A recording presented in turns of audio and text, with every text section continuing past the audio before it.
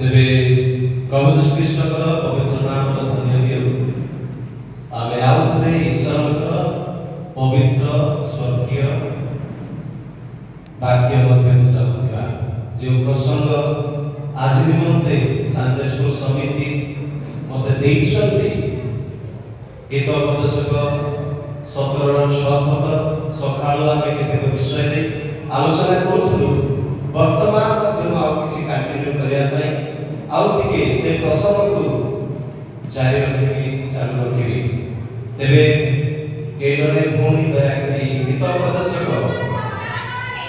जने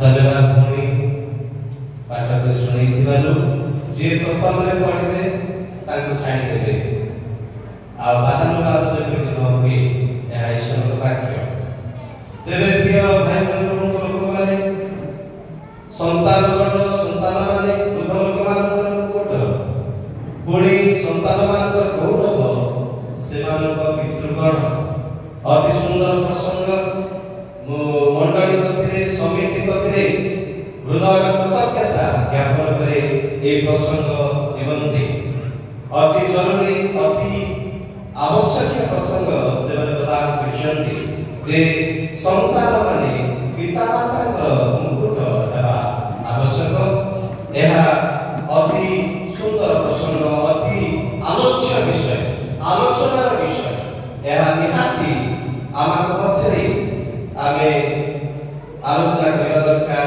एवं ए विषय आमे सबरे जागृत रहिबा आवश्यक रहिछि तेबे सकाळु आपन किसी पहुथले दुई चारटा पॉइंट रे आपनकर दृष्टि आकर्षण करितली वर्तमान मध्य आ किसी कहबा पई मु चाहूछी संतान माने वृद्ध लोक मानकर मुकुट हेबा निमंते आउ गोटे कारण मध्य आवश्यक आउ केते रीजन्स आउ केते आवश्यक विषय सब रहिछि चतुर्थ नंबर विषय हला जे आलोकर संतान मानक परि आमान आचरण करिया पड़िबो भाई माने वृद्ध लोक माने पिला माने आमे आलोकर संतान मानक परि आचरण करिबा दरकार परमेश्वर ताहा चाहुचन्ति आ आलोकर संतान आमे प्रभुଙ୍କୁ पाइबा प्रभु माने आलोकर संतान मानक परि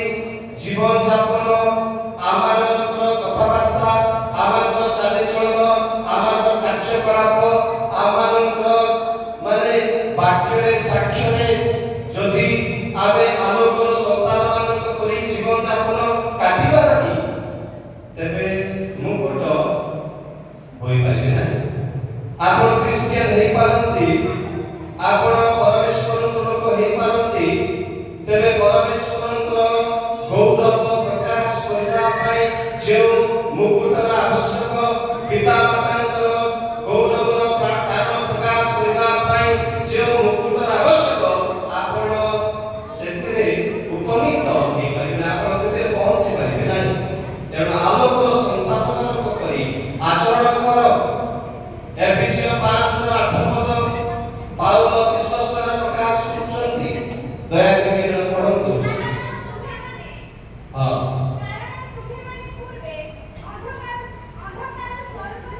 कारण तुमे माने पूर्वे अंधकार स्वरूप थिलो किंतु एबे प्रभु यीशु कृष्णकर सहभागिता रे आलोक स्वरूप होयछ तेणु आलोकर संतान मानक परि आचरण कर हालेलुया हालेलुया आलोकर संतान मानक परि आचरण करिबा पई एठारे कहा जाईछि प्रिय भाई माने प्रभुकर लोक माने प्रथम जोहन 1:7 पदरे मध्य सेई कथा कहा जाईछि आमाने आलोकर संतान पूर्वे आमे अंधकार रे थिलु अंधकार रे थिलु वर्तमान आलोक को आसिलु एडा दुई गोटी परिवार विषय हम देखोछु पृथ्वी रे लिमा सी बर्तन पानी नुह पृथ्वी रे केवल तीनटा परिवार अछंती God's family and the devil's family परमेश्वरक परिवार एवं शैतान परिवार एटा मने दिटा परिवार मात्र पृथ्वी रे अछंती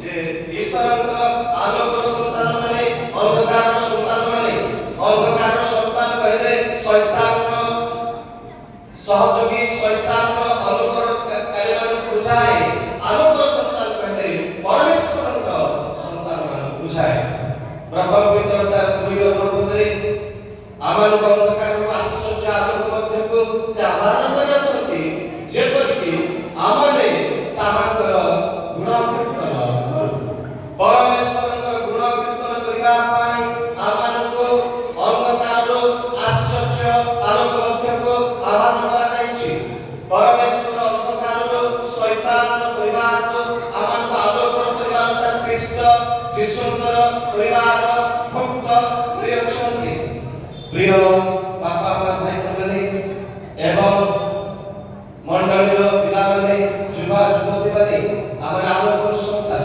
दिनार शैतान परिवार थिलु जो पर्यंत आपण परित्राण पाई नथिले जो पर्यंत यीशु ख्रीष्ट को आपण प्राणकर्ता रूपे ग्रहण करि नथिले से पर्यंत आपण अंधकार थिले आपण क्रिश्चियन परिवार जन्म ही थांतो कि बाओ के बड़ परिवार जन्म ही थांतो किसी दाई आसे नहीं until unless you have received the gift of salvation परित्राण से दान को जो पर्यंत आपण ग्रहण करिनाते आपण से पर्यंत अंधकार अछंती से शैतान परिवार नहीं अछंती पिला माने जते जन्म ग्रहण करंती भाई बहन लोक माने प्रथम रे से माने क्यों परिवार भुक्त होंती माने शैतान परिवार भुक्त होंती जो पर्यंत आत्मा द्वारा से परित्राण विषय को ग्रहण करे नाही से पर्यंत से अंधकार परिवार अछंती शैतान परिवार मध्य से अछंती जेतबेले आमे अंधकार को बाहर अर्थात शैतान परिवार को मुकुली परमेश्वर का परिवार भुक्त हे आमे ईश्वर का संतान संतति हेबार अधिकार आमान को अंधकार को आश्चर्य आलोक मध्य को आह्वान करा जायछि जेपरि आमाने ताहार गुण कीर्तन करिबा परमेश्वरଙ୍କ गुण परमेश्वरଙ୍କ चरित्र परमेश्वरଙ୍କ से अलौकिक कार्य को परमेश्वरଙ୍କ हस्तकृत कार्य को परमेश्वरଙ୍କ जीवन रे जहा करछंती मते से गुण कीर्तन करिबा आवश्यक रहिछि आपण जे कोनोसी परिस्थिति रे रहंतु परमेश्वर चाहउछंती जे तांकर गुण कीर्तन करबा दरकार सब अवस्था रे धन्यवाद दियो एकता बाइबल रे थेसलोनिके पुस्तक रे लिखा जायछि जे प्रत्येक अवस्था रे आपण रोगाग्रस्त रहंतु आपण आनंद रे रहंतु आपनर परिस्थिति जे कोनोसी परिस्थिति होना काहेकि आपण को परमेश्वरଙ୍କ गौरवर कारण हेबा पड़िबो परमेश्वरଙ୍କୁ धन्यवाद अर्पण करबा दरकार परमेश्वर चाहउछंती प्रत्येक क्रिश्चियन को केवल आशीर्वाद पाइला बेलू प्रभु धन्यवाद धन्यवाद आनंद गीत गान गिर्जा किंतु जेते असुविधा पळे आसीबो जेते अभाव पळे आसीबो जेते रोग आसीबो जेते संकट आसीबो कोन से परिस्थिति रे मोर मनोभाव परमेश्वर प्रति कोन हेबा आवश्यक प्रिय भाई बहन प्रभुतर लोक माने आमे परमेश्वर को सब अवस्था रे धन्यवाद दरकार गुण कीर्तन करबा भाई आमान को जायछि जीवन आज अछि काली की नथिबो भाई बहन लोक माने किंतु चिरकाल पर्यंत अनंत काल पर्यंत जने विश्वासी परमेश्वर को सहित रहइबा मन रखंतु आमे केते अछु केतबे का जीवन कोन हो आमे जानिना किंतु गोटे विषय मन रखंतु जे जो मुहूर्त रे आमे जगत परित्याग करिबा से मुहूर्त रे परमेश्वर का सानिध्य आमे दिया जीवन हालेलुया हालेलुया बड़पदा बालक परमेश्वर का सानिध्य मध्य से प्रवेश करछन्ति हालेलुया हालेलुया एवं यीशु ख्रीष्ट ठारो पुरस्कृत हेबा पाई यीशु ख्रीष्ट ठारो पुरस्कार पाइबा पाई से अपेक्षा करूछन्ति प्रथम पितर 5-4 पदरे जेते प्रधान बालक प्रकाशित हेबे से तुमाननु गौरव अम्लान मुकुट प्रदान करबे प्रथम पदत्य 3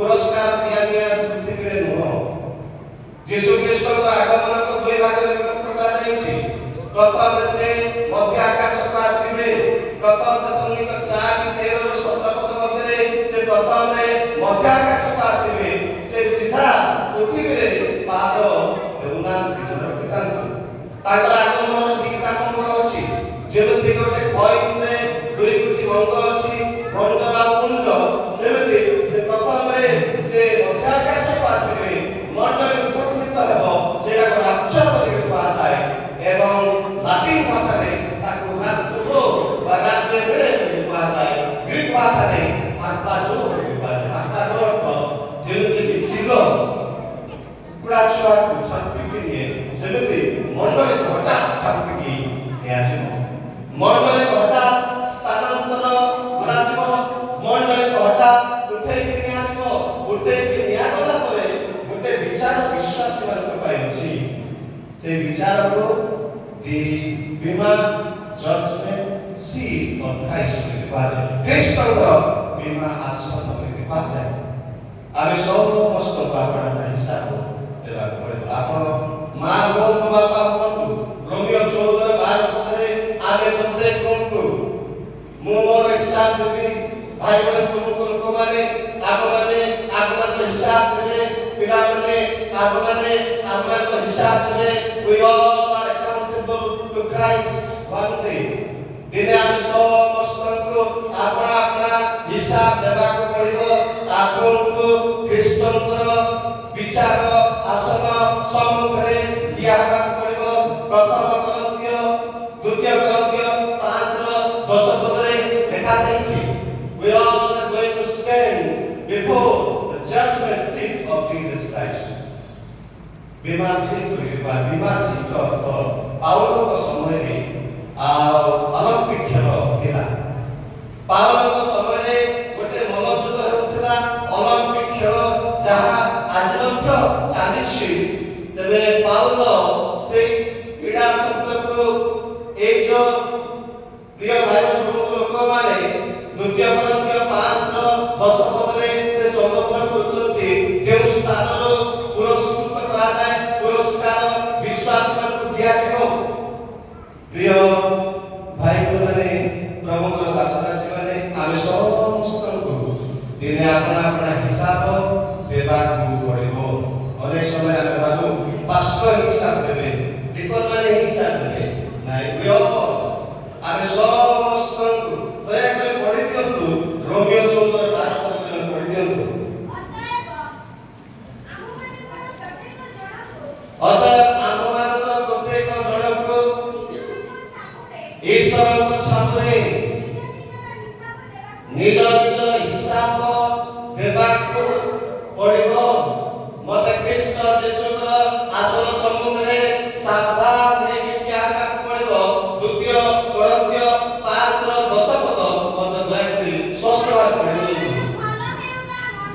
कारण भल हेउ बा मंद हेउ प्रत्येक जन अपना शरीर द्वारा कृत कर्म अनुसार फल पाइबा निमंते कृष्णकर विचार आसन सामने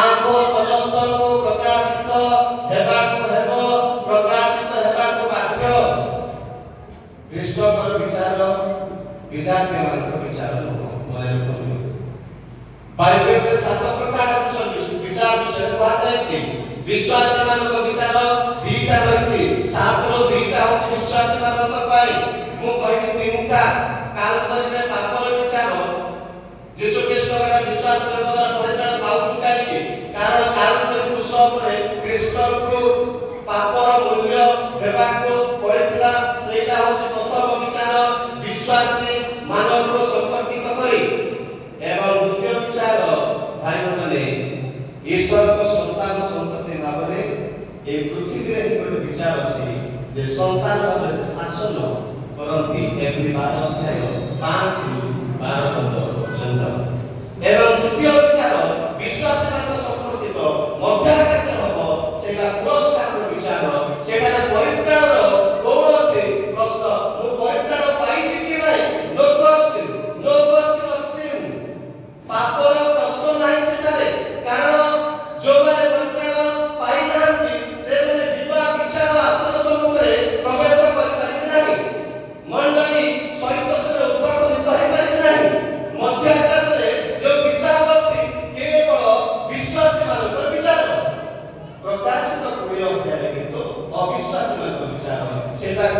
ଧବଳ ସିଂହାସନର ବିଚାର କରିବା। ଧବଳ ସିଂହାସନ ଗ୍ରେଟ୍ ହ୍ୱାଇଟ୍ ଥ୍ରୋନ୍ ଜଜମେଣ୍ଟ। ଧବଳ ସିଂହାସନର ବିଚାର ଏଇଟା ଅବିଶ୍ୱାସୀମାନଙ୍କ ବିଚାର। ଭାଇ ଭଉଣୀ ଲୋକମାନେ ପ୍ରଭୁଙ୍କର ଦାସଦାସୀମାନେ ତେବେ ଆମେ ସମସ୍ତଙ୍କୁ ଦିନେ ହିସାବ ଦେବାକୁ ପଡ଼ିବ। ଆମେ ସମସ୍ତେ ଜାଣିବା ଦରକାର ଯଦି ମୁଁ ଆଲୋକର ସନ୍ତାନ କରି ଆଚରଣ କରୁନାହିଁ ପ୍ରଭୁ ଖ୍ରୀଷ୍ଟ ମୋତେ ଅନ୍ଧକାରରୁ ଆଶ୍ଚର୍ଯ୍ୟ ଆଲୋକ ମଧ୍ୟକୁ ବାହାରକୁ ଆଣିଛନ୍ତି କିନ୍ତୁ ମୋ ଜୀବନ ଦ୍ୱାରା ଖ୍ରୀଷ୍ଟଙ୍କର ଆଲୋକ ପ୍ରକାଶିତ ହେଉନାହିଁ ତମେ ଆଲୋକ ଲୋକଙ୍କୁ ସାକ୍ଷାତ ପ୍ରକାଶ ପାଅ ଯେପରି ସେମାନେ ବିଜାତୀୟ ମାନେ ଅନ୍ୟ ଲୋକମାନେ ତୁମମାନଙ୍କ ସତ୍କର୍ମ ଦେଖି ତୁମମାନଙ୍କ ସ୍ୱର୍ଗସ୍ଥ ପିତାଙ୍କର ଗୁଣ କୀର୍ତ୍ତନ କରିବେ। ମାଥ୍ୟୁ 5:13-16 ପଦ ବିଶେଷ କରି 16 ପଦରେ କୁହାଯାଇଛି ପ୍ରଭୁ ଖ୍ରୀଷ୍ଟ ଚାହୁଁଛନ୍ତି ଯେ ମୋର ଆଲୋକ ପ୍ରକାଶିତ ହେବାକୁ ପଡ଼ିବ। ବ୍ୟାଟେରୀ ଚାର୍ଜ ନହେଲେ ଆଲୋକ କୋଉଠୁ ଆସିବ? ବ୍ୟାଟେରୀ ଚାର୍ଜ ନହେଲେ ଆଲୋକ କୁଆଡ଼ୁ ଆସିବ? ବ୍ୟାଟେରୀ ଚାର୍ଜ ହେବାକୁ ପଡ଼ିବ। ଯୀଶୁ ଖ୍ରୀଷ୍ଟ କହିଲେ ମୁଁ ପ୍ରକୃତ ଦାଖଲତା ଆଉ ତୁମମାନେ ଶାଖା ଯେ ମୋ ସହିତ ଲାଗିକି ରହିବ ସେ ପ୍ରଚୁର ଫଳ ଫଳିବ। ଯୋହନ 15:7 ପଦରେ ତୁମମାନେ ମୋ ଠାରେ ରୁହ ଆଉ ମୋର ବାକ୍ୟ ଯଦି ତୁମମାନଙ୍କ ସହିତ ଅଛି ତୁମେ ଯାହା ମାଗିବ ତାହା ତୁମମାନଙ୍କ ପ୍ରତି କରାଯିବ। ମୋ ଠାରେ ରୁହ ଆଉ ମୁଁ ତୁମ ଠାରେ ରହିବି। କଣ୍ଡିସନ ଚୁକ୍ତି ପ୍ରଭୁ ଖ୍ରୀଷ୍ଟ ଏଠାରେ ବିଶ୍ୱାସୀମାନଙ୍କ ସହିତ ଏକ ଚୁକ୍ତି କରୁଛନ୍ତି ଯେ ମୋ ଠାରେ ରୁହ ସେତେବେଳେ ମୁଁ ମଧ୍ୟ ତୁମ ଠାରେ ରହିବି। ଆମେ ଯେଉଁ ପର୍ଯ୍ୟନ୍ତ ଖ୍ରୀଷ୍ଟଙ୍କ ସହିତ ସଂଲଗ୍ନ ହୋଇ ଜୀବନଯାପନ କାଟିବା ନାହିଁ ଆମେ ଚଳିପାରିବା ନାହିଁ ଫଳି ପାରିବା ନାହିଁ ଚାଲିପାରିବା ନାହିଁ। ଫଳି ପାରିବାରେ ଖ୍ରୀଷ୍ଟଙ୍କ ସହିତ ଲାଗି ରହିବାକୁ ପଡ଼ିବ। ଦ୍ରାକ୍ଷା ଲତା ସହିତ ଶାଖା ଯଦି ଲାଗିକି ରହିବ ନାହିଁ ଫଳ ଫଳି ପାରିବେ ନାହିଁ। କୋଉଠୁ ଫଳ ଆସିବ? ତମେ ପ୍ରଚୁର ଫଳ ଫଳିଲେ ମୋର ପିତା ମହିମାନ୍ୱିତ ହେବେ। ଠିକ ଅଛି ଏଇଟା କହିଲେ ରେଫରେନ୍ସ କୋଉଠି ଅଛି? ଯୋହନ 15:8। Hallelujah hallelujah. ପରମେଶ୍ୱର ଚାହୁଁଛନ୍ତି ପ୍ରତ୍ୟେକ ବିଶ୍ୱାସୀ ଫଳ ଫଳନ୍ତୁ। ଫଳ ଫଳିବା ପାଇଁ ମାଳି ଆଶା କରୁଛନ୍ତି। ମାଳି ଚାହୁଁଛନ୍ତି ଯେ ପ୍ରତ୍ୟେକ ବିଶ୍ୱାସୀ ଫଳିବା ଦରକାର ଚଳିବା ଦରକାର। ପ୍ରିୟ ଭାଇ ଲୋକମାନେ ପରମେଶ୍ୱର ବହୁତ ଆଶା କଲେ ଇସ୍ରାଏଲ ପାଖରୁ। ଇସ୍ରାଏଲ ଠାରୁ ବହୁତ ଆଶା କଲେ ଭାଇ ଲୋକମାନେ। ପ୍ରଭୁଙ୍କ ବାକ୍ୟରେ ଲେଖାଯାଇଛି ବୋଲେ ଜିସାୟ ପୁସ୍ତକରେ ଲେଖାଯାଇଛି 5:2 ପଦରେ ଯଦି ସେ ଆଶା କରୁଛନ୍ତି ପ୍ରତ୍ୟେକ ବିଶ୍ୱାସୀ ପ୍ରତ୍ୟେକ ଖ୍ରୀଷ୍ଟଙ୍କର ଲୋକମାନଙ୍କ ଠାରୁ ଫଳ ଦେଖିବା ପାଇଁ ବେଳେ ବେଳେ ପିତା ଫଳ ପଳେଇ ଆସୁଛି। ତିକ୍ତତା the bitter fruit is coming out through the life of believers। ବିଶ୍ୱାସୀମାନଙ୍କ ଜୀବନ ଦ୍ୱାରା ତିକ୍ତତା ଆସୁଛି ପିତା ଫଳ ପଳେଇ ଆସୁଛି। ପରମେଶ୍ୱର ଚାହୁଁଛନ୍ତି ଯେ ପ୍ରକୃତ ଦ୍ରାକ୍ଷା ଫଳ ଆସୁ କିନ୍ତୁ ବେଳେ ବେଳେ ତିକ୍ତତା ଆସୁଛି ପିତା ଫଳ ଆସୁଛି। ପଢ଼ନ୍ତୁ ଦୟାକରି। ପୁଣି ସେ ତାହା କରି ପ୍ରସ୍ତର ସବୁ ବାହାର କରି ସ୍ୱଚ୍ଛୋତ୍ତମ ଦ୍ରାକ୍ଷାଲତା ତହିଁରେ ରୋପଣ କଲେ ଓ ତହିଁର ମଧ୍ୟସ୍ଥାନରେ ଗୋଟିଏ ଉଚ୍ଚ ଗୃହ ନିର୍ମାଣ କରି ଦ୍ରାକ୍ଷାକୁଣ୍ଡ ମଧ୍ୟ ଖୋଳିଲେ।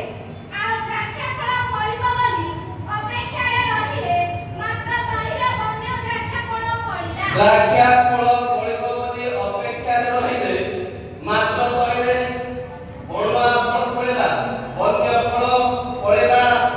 ମାଳି ଏତେ ପ୍ରଚେଷ୍ଟା କରିଛନ୍ତି ପରିଶ୍ରମ କରିଛନ୍ତି ଦିବାରାତ୍ର ସେ କାର୍ଯ୍ୟ କରିଛନ୍ତି ଖତ ଦେଇଛନ୍ତି ଜଳ ଦେଇଛନ୍ତି ସେବା ଶୁଶ୍ରୂଷା କରିଛନ୍ତି। ପ୍ରିୟ ଭାଇ ଲୋକମାନେ ପରମେଶ୍ୱର ଆମଠାରୁ ପ୍ରକୃତ ଫଳ ଦେଖିବା ପାଇଁ ଚାହୁଁଛନ୍ତି। ଏଇଟା ମନେ ରଖିଥାନ୍ତୁ ଯଦି ପିତା ଫଳ ଫଳିବେ ପରମେଶ୍ୱର ମହିମାନ୍ୱିତ ହେବେ ନାହିଁ। ପରମେଶ୍ୱରଙ୍କର ମହିମାର କାରଣ ଆପଣ କେବେ ମଧ୍ୟ ହେଇପାରିବେ ନାହିଁ। ଆପଣ ଆଲୋକ ପ୍ରକାଶ କରିପାରିବେ ନାହିଁ।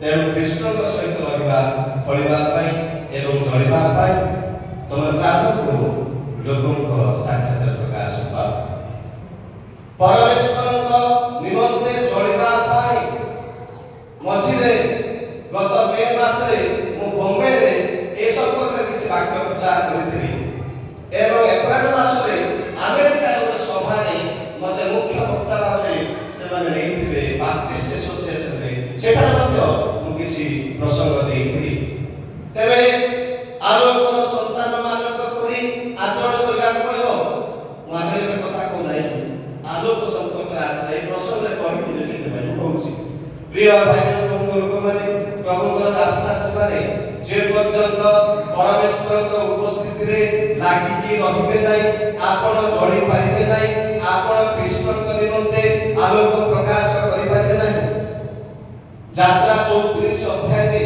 जेते बेले मूसा परमेश्वर सहित कथोपकथन करूछन्ती परमेश्वर सहित 40 दिवारात्र सहभागिता करूछन्ती सिनाय पर्वत रे जेते पर्वत रो से प्रस्तर फलक इस्राएल लोकमान निमंते नेकी आसुछन्ती प्रिय बापा भाई माने प्रभु लोक माने जेते से तळु को आसीले से सबरे लोक माने देखुछन हारण एवं अन्य लोक माने जियोसियन देखुछन्ती इस्राएल लोक माने मूसा को मुखर तेज देखुछन्ती केते प्रचंड मात्रा रे ताको मुखर तेज प्रकाशित हेउथिला जे लोक माने छोटी छोटी की पड़ी जाउथिले लोक माने तळे पड़ी जाउथिले परमेश्वर तेज मूसा को मुखरे प्रज्वलित हेउथिला प्रिय भाई माने प्रभु लोक माने देखि पारनथिले आगुआने देखिबे 34 रो 29 30 एवं 33 रो 35 तापरे ताको मस्तक रे मुखरे पुरे 14टा पुरे दियागला कारण लोक माने सीधा सड़क मूसा को मुख देखि पारनाहंती कारण मूसा को मुखरे परमेश्वर छाया परमेश्वर आलोक प्रज्वलित हेउछि परमेश्वर शक्ति प्रकाशित हेउछि प्रिय भाई बंधु माने they were not able to see the face of Moses. They were not able to see directly the face of Moses. मूसा को मुख को सीधा सड़क देखि पारनाहंती अनाई पारनाहंती कोट होला ए प्रज्वलित आलोक कोट आसला ए तेज कोट आसला by being in the presence of God. परमेश्वर को सानिध्य रे रहना द्वारा आपण जो पर्यंत परमेश्वर सहित रहिबे नाही परमेश्वर सहित संलग्न हेबे नाही परमेश्वर सहित सहभागिता करिबे नाही प्रार्थना रे वाक्य रे परमेश्वर कार्य रे मांगलिक कार्य रे से पर्यंत आलोक प्रकाशित होई परबो नाही क्रिश्चियन ठीक अछि but the light is not coming out आलोक प्रकाशित होई पर नाही क्रिश्चियन समस्ते के तो आलोक बहिर्गत हेबा क्रिश्चियन हेबा दरकार आलोक परिप्रकाश प्रतिपादित हेबा आवश्यक रहिछि प्रिय बाबा भाई माने एवं संतान माने आमर आलोक लोक को सहायता करी प्रकाश पाइबा दरकार जे आमे प्रभु को लोक आमे कृष्ण को लोक आमाने से ज्योतिर संतान यीशु कृष्ण कहले ओ जगतर ज्योति आमे से ज्योतिर संतान माने तेणु आमाको आलोकर संतान मानक परि आचरण करबा आवश्यक रहिछि आमे जे आलोकर संतान मानक परि आचरण करबा सेतबे पिता मानक मुकुट स्वर पे देई परिबा भाई बंधु छोट पिला माने आलोकर संतान मानक परि जीवन यापन काटिबा आवश्यक रहिछि पंचम कथा को कहबी जे आमानको ईश्वर को संतान भाबरे विवेचना सहित बुद्धिर सहित आचरण करबा पड़िबो अनेक समय रे आमाने बुद्धिर सहित आचरण करूना हो बुद्धि ज्ञान चिंता अवदान तलकु कहबी बुद्धि कहले कोन ज्ञान कहले कोन भाई बड़े भौणी माने प्रभुर लोक माने गीत सहित 101 रो 2 पद पढ़ंतु विवेचना पूर्वक सिद्ध पथरे गमन करबी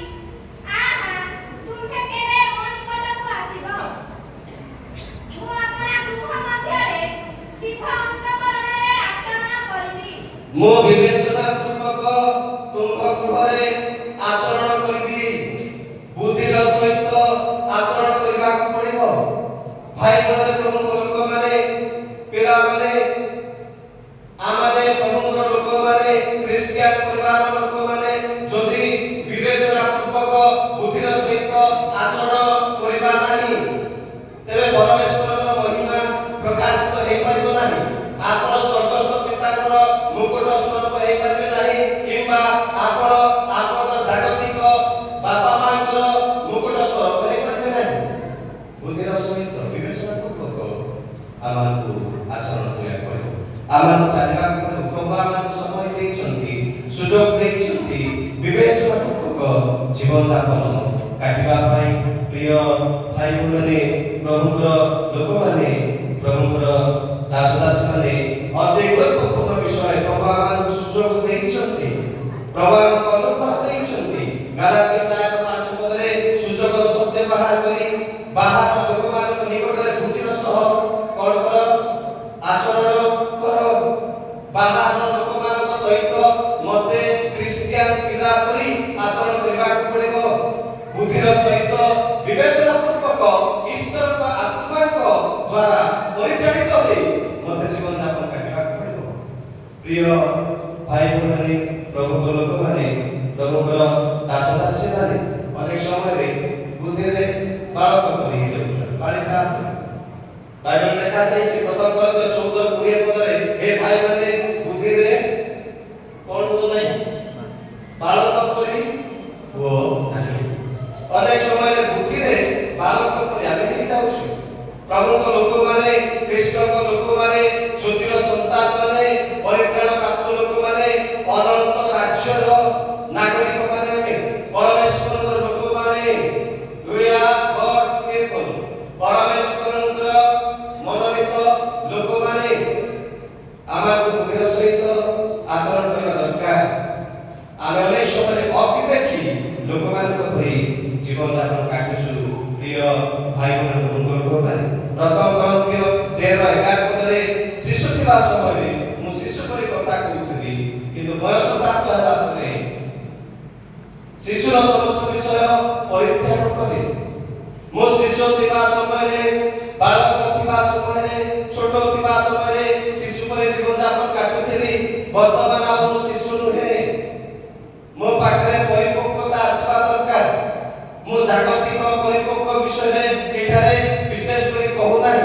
ଆଧ୍ୟାତ୍ମିକ ପରିପକ୍ୱତା, ଖ୍ରୀଷ୍ଟଙ୍କର ଲୋକ ଭାବରେ, ପରମେଶ୍ୱରର ଲୋକ ଭାବରେ ମୋର ପରିପକ୍ୱତା ଖ୍ରୀଷ୍ଟଙ୍କ ସହିତ ଯାହା ରହିଛି ତାହା ପ୍ରତିଫଳିତ ହେବା ଦରକାର, ପ୍ରତିବିମ୍ବିତ ହେବା ଆବଶ୍ୟକ ରହିଛି।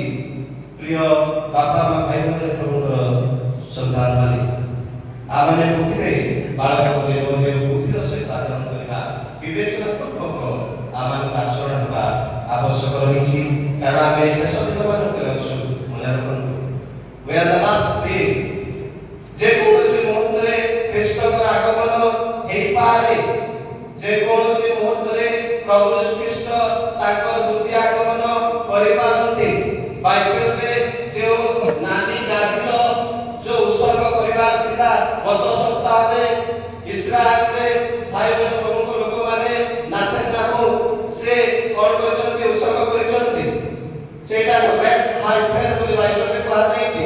ସେଇଟା ହେଉଛି ଯୀଶୁ ଖ୍ରୀଷ୍ଟଙ୍କ ଆଗମନର ଚିହ୍ନ, ଯାହା ସେମାନେ ଉତ୍ସର୍ଗ କରିକି ସାରିଛନ୍ତି। ଗତ ସପ୍ତାହରେ ଆପଣ ନ୍ୟୁଜ ଦେଖନ୍ତୁ, ଇସ୍ରାଏଲରେ ଏକ ନାନୀ ଗାଦିର କଣ କରାଯାଇଛି? ଉତ୍ସର୍ଗ କରାଯାଇଛି। ସେଇଟା ହେଉଛି ସାଇନ୍, ଖ୍ରୀଷ୍ଟଙ୍କ ଆଗମନର ଲକ୍ଷଣ।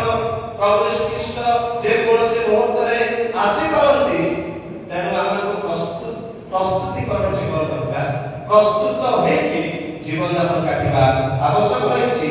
ଆଲୋକର ସନ୍ତାନମାନଙ୍କ ପରି ଆଚରଣ କରିବା ଦରକାର ଏବଂ ବୁଦ୍ଧିର ସହିତ ମଧ୍ୟ ଆଚରଣ କରିବା ଆବଶ୍ୟକ ରହିଛି। ପ୍ରିୟ ଭାଇ ଭଉଣୀ, ଲୋକମାନେ, ପିଲାମାନେ, ଅନେକ ସମୟରେ ଆମ ମଧ୍ୟରେ ହାସ୍ୟ ପରିହାସ ବେଶୀ ହୁଏ।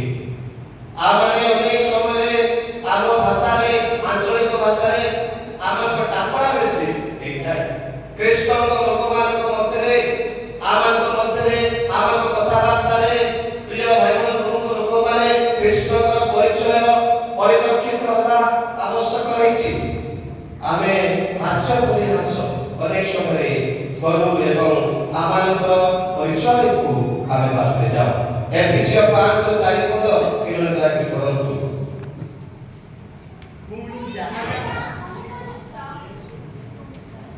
ଏଫେସିୟ 5:4 ପୁଣି ଯାହା ଅନୁପଯୁକ୍ତ ଏପରି କୁଚିତ ବ୍ୟବହାର ବା ଅସାର କଥା ବା ହାସ୍ୟ ପରିହାସ ତୁମମାନଙ୍କ ମଧ୍ୟରେ ନ ହେଉ। ହାସ୍ୟ ପରିହାସ କୁଚିତ ବ୍ୟବହାର ଅନୁଚିତ ବ୍ୟବହାର ତୁମମାନଙ୍କ ମଧ୍ୟରେ ନ ହେଉ, ବରଂ ଧନ୍ୟବାଦ ଦିଆଯାଉ। Hallelujah hallelujah. ଆମମାନଙ୍କ ବୁଦ୍ଧିର ସହିତ ଈଶ୍ୱରଙ୍କ ଗୃହରେ ଖ୍ରୀଷ୍ଟଙ୍କ ମଣ୍ଡଳୀରେ ପ୍ରଭୁଙ୍କ ଲୋକମାନଙ୍କ ମଧ୍ୟରେ ବାହାର ଲୋକମାନଙ୍କ ସହିତ ଆଚରଣ କରିବା ପାଇଁ ବାଇବେଲ ସ୍ପଷ୍ଟ ଭାବରେ ଆହ୍ୱାନ ଦେଉଛି। ତେଣୁ ହାସ୍ୟ ପରିହାସ ଏବଂ ଆମଙ୍କ ମଧ୍ୟରେ ବାଦ ବିବାଦ ନଥିବା ଆବଶ୍ୟକ ରହିଛି। ପ୍ରିୟ ଭାଇ ଭଉଣୀ ପ୍ରଭୁଙ୍କ ଲୋକମାନେ, ଏଫେସିୟ 4:29 ପଦରେ ତୁମମାନଙ୍କ ମୁଖରୁ କୌଣସି କୁବାକ୍ୟ ପଡ଼ ନ ହେଉ, ନିର୍ଗତ ନ ହେଉ। ତୁମମାନଙ୍କ ମୁଖରୁ କୌଣସି କୁବାକ୍ୟ ନିର୍ଗତ ନ ହେଉ, ବରଂ ଆବଶ୍ୟକ ସ୍ଥଳେ ଶ୍ରୋତା ପକ୍ଷରେ ଯାହା ହିତଜନକ ସେହି ପ୍ରକାର ବାକ୍ୟ ବାହାରୁ। ଭାଇ ଭଉଣୀ, ବିଶେଷ କରି ଛୋଟ ପିଲାମାନଙ୍କୁ ମୁଁ କହିବା ପାଇଁ ଚାହୁଁଛି, ଆମେ ଗୀର୍ଜା ଆସୁ, ବାଇବେଲ ପଢ଼ୁ, ପ୍ରାର୍ଥନା କରୁ, କିନ୍ତୁ ହଠାତ୍ ଯଦି ଗୋଟେ ଛୋଟ ଆମମାନଙ୍କର ବିବାଦ ହେଇଯିବ ସାଙ୍ଗସାଥି ମଧ୍ୟରେ, ଆମମାନଙ୍କ ମୁଖରୁ ହଠାତ୍ କୁବାକ୍ୟ ନିର୍ଗତ ହେଇଯାଏ, ତାହା ପରମେଶ୍ୱରଙ୍କ ପ୍ରତି ପରମେଶ୍ୱରଙ୍କ ଦୃଷ୍ଟିରେ ଶୋଭାଯୁକ୍ତ ନୁହଁ। ମନେ ରଖନ୍ତୁ, ପ୍ରଭୁଙ୍କର ଲୋକ ଭାବରେ ଖ୍ରୀଷ୍ଟିଆନ ସନ୍ତାନ ସନ୍ତତି ଭାବରେ ଶୋଭାଯୁକ୍ତ ନୁହଁ। ଆମଙ୍କର ମୁଖର ବାକ୍ୟ ପ୍ରତି ମଧ୍ୟ ଯତ୍ନବାନ ହେବା ଦରକାର। ମୁଁ କଣ କହୁଛି? ହାସ୍ୟ ପରିହାସ ଗୋଟେ କଣ ରହିଛି? ସୀମା ରହିଛି। ହାସ୍ୟ ପରିହାସ ଯେତେବେଳେ ଅତିରିକ୍ତ ହେଇଯାଏ ସେତେବେଳେ ବିବାଦ ଆସେ। ଆପଣ ହସୁଥିବେ ବେଳେ ଝଗଡ଼ା ମଧ୍ୟ ହେଇଯାଏ। ଅତିରିକ୍ତ ଯେତେବେଳେ ଜଣକୁ ବାଧିଯିବ ସେଥିରେ କଣ ଆସେ? ଏକ ପ୍ରକାର ଅଶାନ୍ତି ବାତାବରଣ ଆସିଥାଏ। ତେଣୁ ଆମର ବାକ୍ୟ ସବୁବେଳେ ଆଉ ଲୋକମାନଙ୍କର ହିତଜନକ ହେବା ଦରକାର। ଆମର ମୁଖରେ ଲଗାମ ଦେବା ଦରକାର। ଯାକୋବ 3:3 ମୁଖରେ ଲଗାମ ଦେବା ପାଇଁ ଆମମାନଙ୍କୁ ନିର୍ଦ୍ଦେଶ ଦିଆଯାଇଛି। ବିଶେଷ କରି ପିଲାମାନେ ଯେତେବେଳେ ଆମେ କଥାବାର୍ତ୍ତା କରୁଛୁ, ଜାଗ୍ରତ କଥାବାର୍ତ୍ତା କରିବା ସମୟରେ ଆମର ମୁଖରୁ କେଉଁ ଶବ୍ଦ ବାହାରୁଛି, ପରମେଶ୍ୱରଙ୍କୁ ମହିମା ଗୌରବ ପ୍ରକାଶ କଲା ପରି ମହିମାନ୍ୱିତ କଲା ପରି ଶବ୍ଦ କିମ୍ବା ପରମେଶ୍ୱରଙ୍କୁ ଦୁଃଖ ଦେଲା ପରି ଶବ୍ଦ। ପ୍ରିୟ ଭାଇ ଭଉଣୀ ଲୋକମାନେ, ଯେତେବେଳେ ଆମେ ମନ୍ଦ କଥା କହିବା, ଭୁଲ କଥାବାର୍ତ୍ତା କରିବା, ଦୁଇ ଅକ୍ରିୟା କଥାବାର୍ତ୍ତା କରିବା, ଈଶ୍ୱରଙ୍କ ଦୃଷ୍ଟିରେ ଯାହା ଯଥାର୍ଥ ନୁହେଁ এই ପ୍ରକାର କଥାବାର୍ତ୍ତା କରିବା, ପବିତ୍ର ଆତ୍ମା ଦୁଃଖ କରିବେ। ଏଫେସିୟ 4:30 ପଦରେ ପବିତ୍ର ଆତ୍ମାଙ୍କୁ ଦୁଃଖ ଦିଅ ନାହିଁ ବୋଲି କୁହାଯାଇଛି। କେତେବେଳେ ପବିତ୍ର ଆତ୍ମା ଦୁଃଖ କରନ୍ତି? ଯେତେବେଳେ ଆମମାନଙ୍କ ମଧ୍ୟରେ ଅତିରିକ୍ତ ହାସ୍ୟ ପରିହାସ ହୁଏ, ଯେତେବେଳେ ଆମ ମୁଖରୁ କୁବାକ୍ୟ ନିର୍ଗତ ହୁଏ, ଯେତେବେଳେ ଆମେ ଖ୍ରୀଷ୍ଟଙ୍କ ଆଲୋକ ପ୍ରକାଶ କରି ପାରୁନାହୁଁ, ସେହି ସମୟରେ ପବିତ୍ର ଆତ୍ମା ଦୁଃଖ କରନ୍ତି। ପ୍ରିୟ ବାପା ମା ଭାଇ ଭଉଣୀ ପ୍ରଭୁଙ୍କ ଲୋକମାନେ, ତେଣୁ ଆମେ ଜାଗ୍ରତ ରହିବା। ଆମ ମୁଖରୁ କଣ ବାହାରୁଛି ଅତି ଗୁରୁତ୍ୱପୂର୍ଣ୍ଣ ବିଷୟ। କଲୋସ୍ୟ 4:6 ପଦରେ ତୁମର ବାକ୍ୟ ସର୍ବଦା ଲବଣରେ କଣ ହେଉ? ସ୍ୱାଦଯୁକ୍ତ ହେଉ। Hallelujah hallelujah. ତୁମର ବାକ୍ୟ ସର୍ବଦା ଲବଣରେ ସ୍ୱାଦଯୁକ୍ତ ହେଉ, ଯେପରି କାହାକୁ କିପରି ଉତ୍ତର ଦେବାକୁ ହୁଏ ତୁମେ ଜାଣିପାର। আমার মুখরে বাক্যরে স্বাদ ରହିବା ଦରକାର। ଯେତେବେଳେ ଆମେ କଥାବାର୍ତ୍ତା କରୁଛୁ ଅନେକ ସମୟରେ ଆମ ମୁଖରେ ବିରକ୍ତ ପ୍ରକାଶିତ ହୋଇଥାଏ, ଆମ ମୁଖରୁ ତିରସ୍କାର ବାହାରିଥାଏ, ଆମ ମୁଖରୁ ଲୋକମାନଙ୍କୁ ନିରୁତ୍ସାହିତ କଲା ପରି ଶବ୍ଦ ବାହାରିଥାଏ, ଲୋକମାନଙ୍କୁ ବାଧିଲା ପରି ଶବ୍ଦ ପ୍ରୟୋଗ କରୁ, ଲୋକମାନଙ୍କ ହୃଦୟକୁ ବିଦୀର୍ଣ୍ଣ କଲା ପରି କଥାବାର୍ତ୍ତା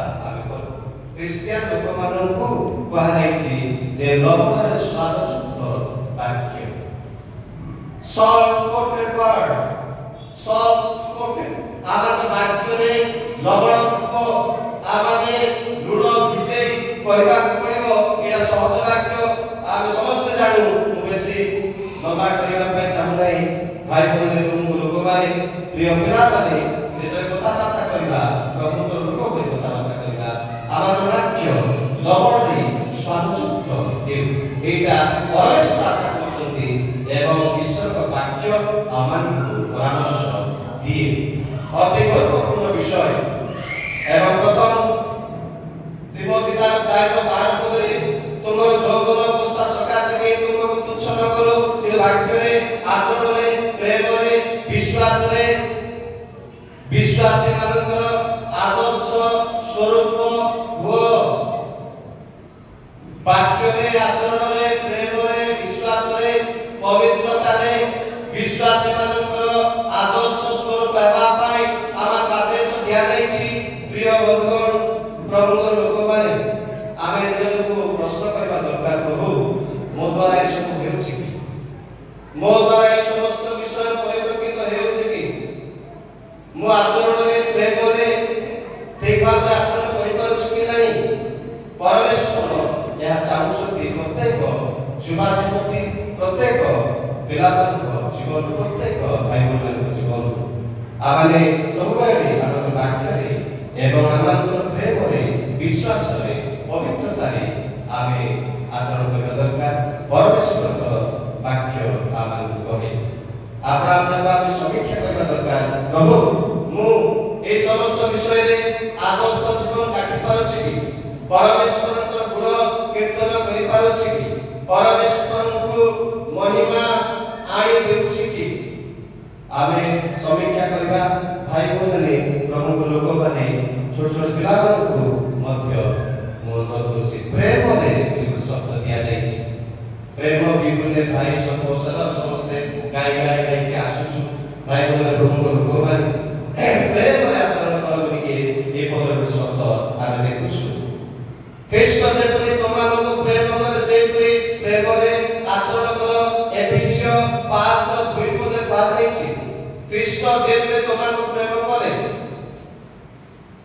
ଭଉଣୀମାନେ ଦୟାକରି ଉତ୍ତର ଦିଅନ୍ତୁ, ଖ୍ରୀଷ୍ଟ ଆପଣଙ୍କୁ କେମିତି ପ୍ରେମ କଲେ? କୁହନ୍ତୁ, ଖ୍ରୀଷ୍ଟ ଆପଣଙ୍କୁ କେମିତି ପ୍ରେମ କଲେ? How did he love you? ଦୟାକରି କିଛି କୁହନ୍ତୁ। ପ୍ରାଣ ଦେଇକି ସେ ପ୍ରେମ କଲେ। ଠିକ ଅଛି, ଆଉ ଗୋଟେ ଉତ୍ତର ଦିଅନ୍ତୁ, କେତେବେଳେ ପ୍ରେମ କଲେ? ରୋମିଓ ପୁସ୍ତକ ଲେଖାଯାଇଛି ନିରୂପିତ ସମୟ। ଠିକ ଅଛି, ରୋମିଓ ତାର 5:8 ଆମେ ଯେତେବେଳେ ପାପୀ ଥିଲୁ, ପାପୀ ଥିବା ସମୟରେ ସୁଦ୍ଧା ଖ୍ରୀଷ୍ଟ ଆମମାନଙ୍କୁ ପ୍ରେମ କରିଅଛନ୍ତି। Hallelujah, hallelujah. ଜଣେ ପାପୀ ଲୋକକୁ ପ୍ରେମ କରିବା ସହଜ କି? ଜଣେ ଲୋକ ଭୁଲ କରିଥିବ, ତାକୁ ଆପଣ ପ୍ରେମ କରିବେ କି? ଅପରାଧୀକୁ ପ୍ରେମ କରିବା ଏତେ ସହଜ ସାଧ୍ୟ ନୁହଁ। ଆମେ ଅପରାଧୀ ଥିବା ସମୟରେ, ପାପୀ ଥିବା ସମୟରେ ସୁଦ୍ଧା ଖ୍ରୀଷ୍ଟ ଆପଣା ସପ୍ରେମ ପରିପ୍ରକାଶ କରିଛନ୍ତି। ପ୍ରଥମ ଯୌବନ 4:7-11 ମଧ୍ୟରେ ମଧ୍ୟ ଖ୍ରୀଷ୍ଟଙ୍କ ପ୍ରେମ ସମ୍ପର୍କରେ କୁହାଯାଇଛି। ଆମେ ତାଙ୍କୁ ପ୍ରେମ କରୁନାହୁଁ, କିନ୍ତୁ ସେ ପ୍ରଥମେ ଆମକୁ ପ୍ରେମ କରି ଶିଖେଇବାକୁ ଆମେ ତାଙ୍କୁ ପ୍ରେମ କରୁଛୁ, ଆଉ ସେ ପ୍ରେମ ମଧ୍ୟ ଅନ୍ୟମାନଙ୍କୁ ପ୍ରଦାନ କରୁଛୁ।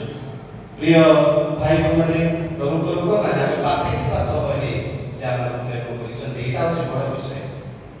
ମୋର ପରିସ୍ଥିତି, ମୁଁ ପରମେଶ୍ୱରଙ୍କ ଅନୁଗ୍ରହ ପାଇବା ଯୋଗ୍ୟ ନଥିଲି। ଯେତେବେଳେ ମୁଁ ସମ୍ପୂର୍ଣ୍ଣ ଭାବରେ ନିରୁତ୍ସାହିତ ଥିଲି, ମୋର ସାହା ଭରସା ନଥିଲା, ସେହି ସମୟରେ ଖ୍ରୀଷ୍ଟ ଯୀଶୁ ମୋତେ ପ୍ରେମ କରୁଛନ୍ତି। ସେହି ପ୍ରେମରୁ ଆଉ ବଡ଼ ପ୍ରେମ ଜଗତରେ କିଛି ନାହିଁ।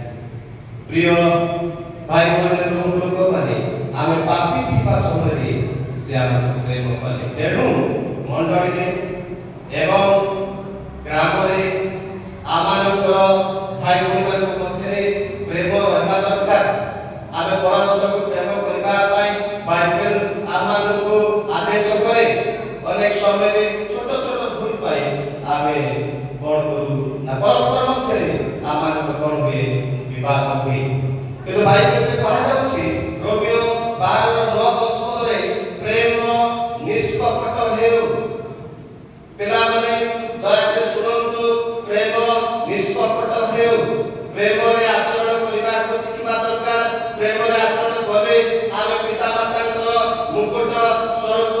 होई पारिबा एटा मन रखंतु प्रेम निष्कपट हे काहे परे जा मु जा प्रेम करि ठीक ना बोल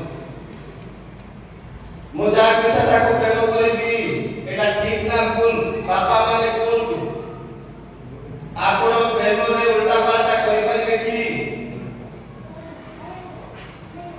करबा लागथिबो प्रेम दुई प्रकार मु चारि प्रकार प्रेम विषय कहबी किंतु प्रेम करबा एवं भल पाइबा ए दुई गाउँ भाषा प्रेम परमेश्वर ठाम आसीछि तेनु आपण प्रेम परिवार काहे खाने ऋणी होई परिबे नाही प्रथम कोरिन्थियो 13:8 पदरे लेखा जायछि जेहेतु परमेश्वर आमाने पापी थिबा समय रे आमानर दुर्दिन समय रे आमाने जेतेबेले निरुत्साहित थिलु आमाने भरोसाहित थिलु से समय से आम प्रेम करे प्रेम ईश्वर प्रेम तेणु करी आपण प्रेम रे कपट करि परिबे नाही प्रेम रे कपट करि परिबे कि आमे प्रेम रे निष्कपट हेबा पाई बाइबल कहूछि आपण का भल पाइबे न पाइबे सेटा आपण हाथ रे सेटा आपण निष्पत्ति नियंतु liking and loving to different things एटा जीता अलगा प्रकार कथा भल पाइबा व्यक्तिगत किंतु प्रेम करिबा एटा परमेश्वर दत्त परमेश्वर प्रेम देइछन्ति आमे प्रत्येक प्रेम देइछन्ति ईश्वर प्रेम समस्ते आमे आस्वादन करिछु कारण ईश्वर जगत को एडे प्रेम करे जे से आपन द्वितीय पुत्र को दान करे ईश्वर आमान को प्रेम करे while we were still sinner आमे पापी थिबा समय रे से प्रेम करिसुते एहा ईश्वर का प्रेम बाइबल रे ईश्वर का प्रेम बोली आ जो प्रथम जो चारि अध्याय कहैछि ईश्वर का प्रेम प्रेम मोर नुह निजर नुह it is come from God तेनु प्रेम रे आपण पक्षपात करि पाबे नै आपण जा घृणा करछथि ताको मते प्रेम करिबे जा सहित आपकर मतांतर हेछि आपण प्रकृत रे क्रिश्चियन तेबे आपण ताको प्रेम करिबे प्रेम निष्कपट हे प्रथम जो तार 4-8 पदरे जे प्रेम करे नाही कोन रे कहा जायछि से ईश्वर को जाने नाही जे प्रेम करे नाही से ईश्वर को जाने नाही जदि प्रेम करि पार जाई मु ईश्वर को प्रकृत रे अवगत नुहे I don't know him I don't know the character of love Krishna का गुण चरित्र मु प्रकृत रे जानि नाही मो हृदय रे भेद करि नाही कृष्ण का प्रेम तार प्रिय बाबा भाई बहने ईश्वर प्रेम आ आमे से प्रेम बांटिबा दरकार प्रेम रे कपट रहबा दरकार हो आवश्यक नुहे या निष्कपट हेबा आवश्यक रहिछि प्रिय भाई बहन एटा आगापे प्रेम ए प्रेम को आगापे प्रेम बोली कहा जाए प्रेम चारि प्रकार नूतन नियम ग्रीक बाइबल रे चारि प्रकार प्रेम विषय कहा जायछि आगापे फिलियो स्टोरके एरोस कहबी एटा कहबे आगा केति कहबी पढौछथि कहबी आगापे कहले ऐश्वर्यक प्रेम ईश्वरक प्रेम स्वर्गीय प्रेम को आगापे बा आगापियो बोली कहा जाए किंतु फिलियो आ गोटे शब्द फिलियो फिलियो ର अर्थ होछि मातृ प्रेम भाई बहन का प्रेम को फिलियो बोली कहा जाए सेही प्रेम रे पितर बारंबार हां गुरु मु बाप को प्रेम करूछि कहूते कोन सेरा जोहन 21 अध्याय 15 ରୁ 17 पदरे पितर को बारंबार काहे यीशु ख्रीष्ट पचारले पितर को बार-बार पचारर आवश्यक कोन थिला पितर कहउछथि हां गुरु मु आपन को प्रेम करे मु प्रेम करे यीशु ख्रीष्ट काहे बार-बार पचारछथि जो पर्यंत ऐश्वर्यक प्रेम ताको हृदय बाहर नहीं से पर्यंत भीतर को से बारंबार पचारछथि भीतर सत कथा को तमे कोन प्रेम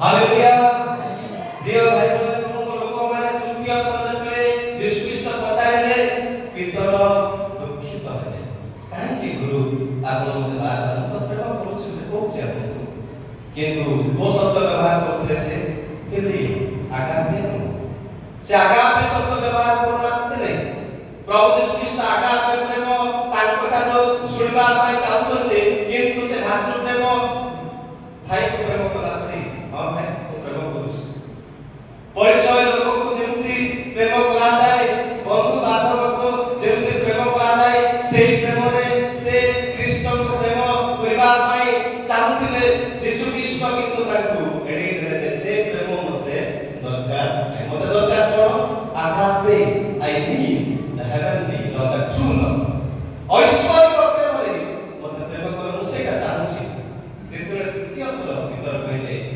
प्रभु आपण जानते मते काहे कि बार पचारछु दुखित है कि कहले लेखा जाईछि प्रिय भाई बहन प्रभु माने परमेश्वर आमान को जे प्रेम देइछन्ति से प्रेम आमान को से चाहुछन्ति आउटे प्रेम स्टॉकेर ग्रीक भाषा स्टॉके कहले एटा पिता माता को प्रेम पिलामान को प्रति आज पिलामान को विषय पढिछि स्टॉके बोली कहा जाईछि जे सेटा पिता माता को प्रेम पिलामान को प्रति एवं एरोस बोली आउटे प्रेम अछि ग्रीक बाइबल रे सेटा स्वामी स्त्री को प्रेम सेटा रोमांटिक लव बोली कहा जाय love between wife and husband स्वामी स्त्री मध्य प्रेम होछि एरोस प्रेम स्वर्गीय होछि पिता माता एवं संतान संतति मानकर प्रेम फिलियो एटा होछि पारिवारिक एवं भातृ प्रेम बंधु बांधव को प्रेम करिवार प्रेम आगापे स्वर्गीय प्रेम परमेश्वर का स्वर्गीय प्रेम रे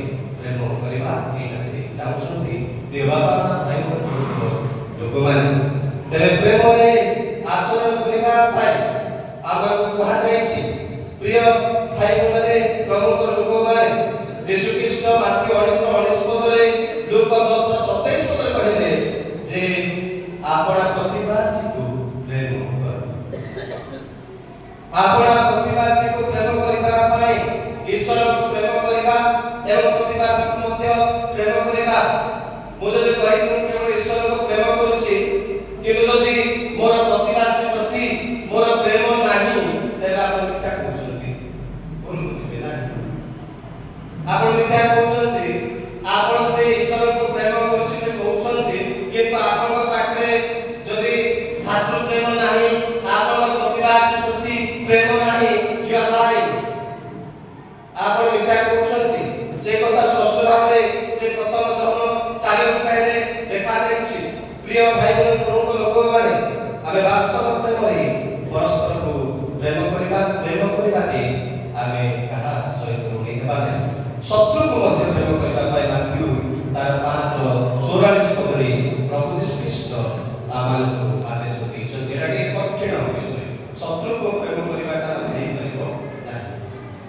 सब को समस्त को प्रेम करिबो कि शत्रु को प्रेम करि परिबो नै प्रभु यीशु ख्रीष्ट शत्रु को प्रेम कले एवं से आमान को आदर्श देले आमे शत्रु को मध्य आमान को विरोधी दल को मध्य आमे ऐश्वर्य प्रेम रे ख्रीष्ट जो प्रेम आमान प्रदान करछन्ति से प्रेम आमान को प्रकाश करिबा आवश्यक रहिछि प्रेम रे आचरण करिबा भाई बहन पिला माने आज अपमान दिन केमति आचरण करिबा प्रेम आलोक संतान मान आचरण करिबा द्वितीय विषय को कहि प्रेम रे आचरण करिबा तृतीय विषय को कहि मु समाप्त करिबी जे आमाने समय सुजोग सद्व्यवहार करिबा द्वारा ही पिता माता मुकुट स्वरूप हे पाइबा एफिसियन 5:16 पदरे कहा जायछि सुजोग सद्व्यवहार करो कारण मन बने सुजोग सद्व्यवहार करो कारण मन बने कोन बुझिले मते कोन कर सहज कथा सरल वाक्य please let me know what did you understand आप कोन बुझिले मते कोन सुजोग सद्व्यवहार को पहले कोन है प्रकृत को विषय कहा जायछि एथि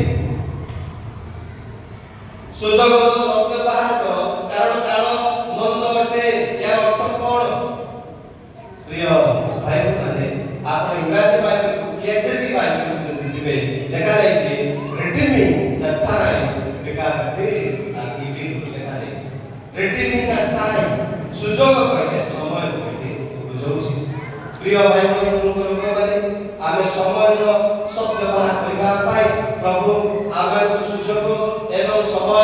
प्रदान करछन्ती संतान संतति मानकु अनुरोध करूछि जे आमे समय सब उपयोग करबा समय को ठीक भाबरे व्यवहार करबा चेष्टा करबा कारण समय काकु जोगिबो नाही समय काकु जोगिबो नाही भाई माने समय काकु अपेक्षा करे नाही तार से घंटा खड़ी चालिथिबो ग्रीक बाइबल में दुई प्रकार समय अछि गोटे हला क्रोनो आउ गोटे हला काइरोस क्रोनो कहिले आमाने जो दैनंदिन जीवन में जो समय को अतिबाहित करूछु पानी में व्यवहार करूछु सेटा होछि क्रोनो एवं काइरोस दत्त ग्रीक बाइबल आउ गोटे समय ईश्वर दत्त समय को काइरोस कहबा परमेश्वर समस्त को समय दैछन्ति काइरोस It is appointed time. परमेश्वर दत्त समय परमेश्वर समस्तଙ୍କୁ जेते ए स्थान रे बसिछो समस्तଙ୍କୁ से समय प्रदान करछन्ति समयର सद्व्यवहार କରିବା ପାଇଁ ଆମକୁ आदेश दियाଯାଇଛି काइरोस टाइम एटा ईश्वर दत्त समय स्वर्गीय समय दानिएल अध्याय 25 26 27 रे ମଧ୍ୟ यीशु ख्रीष्टଙ୍କ आगमनର समय କଥା କୁହାଯାଇଛି सेटा होछि kairos time God's time God given time परमेश्वर जो समय दैछन्ति से समय को आमे जागरूकतार सहित व्यवहार करबा दरकार आयुब 7 रे 1 पदरे प्रत्येक लोक पाई एक निरूपित समय रखा जाइछि पढि दियौ कि जणे हां मु सारू छोट समय मते आ 5-10 मिनिट मते समाप्त करेंगे आयुब 7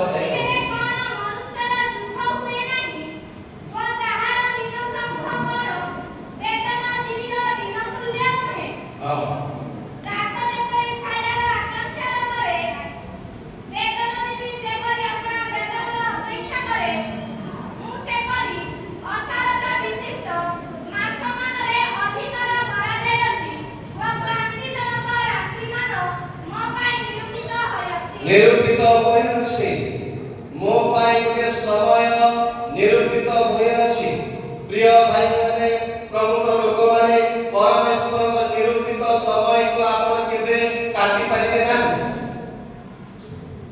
आमे समय के मरि गले कोन कहू ना कटक नहीं थे बोले थांदा भुवनेश्वर नहीं थे बोले थांदा अरे विशाखापट्टनम से बोले नहीं गले आपण 50 नहीं थे बोले थांदा मन रखो God has appointed a time परमेश्वर समय निर्धारण करिसथि परमेश्वर को समय को आपण काटी पारि नै प्रिय भाई बहने प्रभुकर लोक माने परमेश्वर से समय निर्धारण करिसथि सब विषय पर समय अछि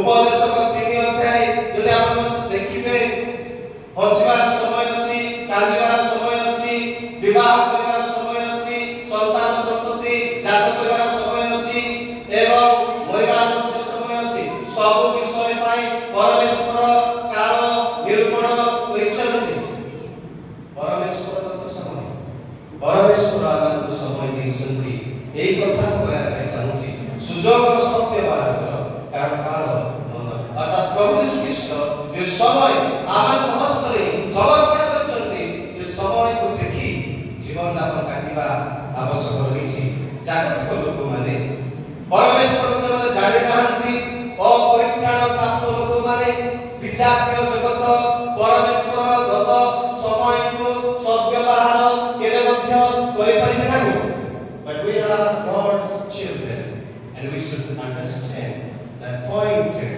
time of God परमेश्वर समय तुम जानबा पाई समय सुजोग दिया जाइछि प्रिय भाई माने प्रभुकर दास दासी माने समस्त आमे जागृत रहबा प्रभु हमन समय दैछन्ति पिला माने प्रभु समय दैछन्ति अलसुआ हेबा नै पाठ पढिबा पाई वर्तमान पाठ पढिबा समय पाठ प्रति मनोयोग होंतु आपण 20 वर्ष हला परे पाठ पढिबा पाई आ सुजोग मिलु ना आपण केते चेष्टा करे मध्य आ हेइ परिबो ना जेते बेले जो समय में जहा करबा कथा से समय में जदी आपण माने परिबे ना आ परे पछते भी आपण କରିପାରିବି ନାହିଁ, ମୁଁ କରିପାରିବି ନାହିଁ। ଆପଣଙ୍କୁ ଆଉ ସେ ସମୟ ମିଳିବ ନାହିଁ। ମୁଁ ସନ୍ତାନ ସନ୍ତତି ମାନଙ୍କୁ ଝାଲସି ମଣ୍ଡଳୀର ପିଲାମାନଙ୍କୁ ଅନୁରୋଧ କରୁଛି, ସୁଯୋଗର ସଦ୍ବ୍ୟବହାର କରିବା, ପରମେଶ୍ୱର ଦତ୍ତ ସମୟ ପ୍ରତି ଜାଗ୍ରତ ରହିବା ଆବଶ୍ୟକ ରହିଛି। ପ୍ରଭୁ ଆମକୁ ସମୟ ଦେଇଛନ୍ତି। ଅନେକ ସମୟରେ ସମୟକୁ ଆମେ ବିତେଇ ଦେଉଛୁ।